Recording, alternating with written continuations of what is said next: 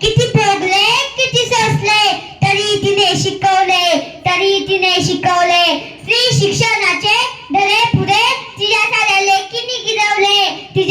लेकींनी गिरवले नमस्कार अध्यक्ष माशे पूज्य गुरुजन वर्ग आणि ते जमलेले माझ्या मित्र मैत्रिणींनो, माझे नाव दुर्वा अरविंद मालेकर, मी इयत्ता तिसरीची विद्यार्थिनी आहे.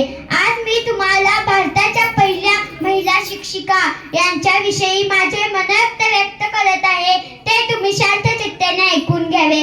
सावित्रीबाई यांचा जन्म 3 जानेवारी 1831 रोजी सातारा जिल्ह्यातील नाळेगाव या गावी झाला. त्यांच्या आईचे नाव लक्ष्मीबाई व त्यांच्या वडिलांचे नाव खंतोजी नवसे पाटील असे होते.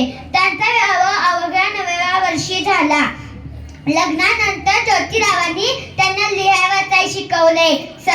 महात्मा फुले व सावित्रीबाई या 1948 रोजी पुण्यातील बुधवार पेठेत मुलींची पहिली शाळा काढली. मुलींना शिकवले. वायाला जाताना त्यांच्यावर दगडफेक केली.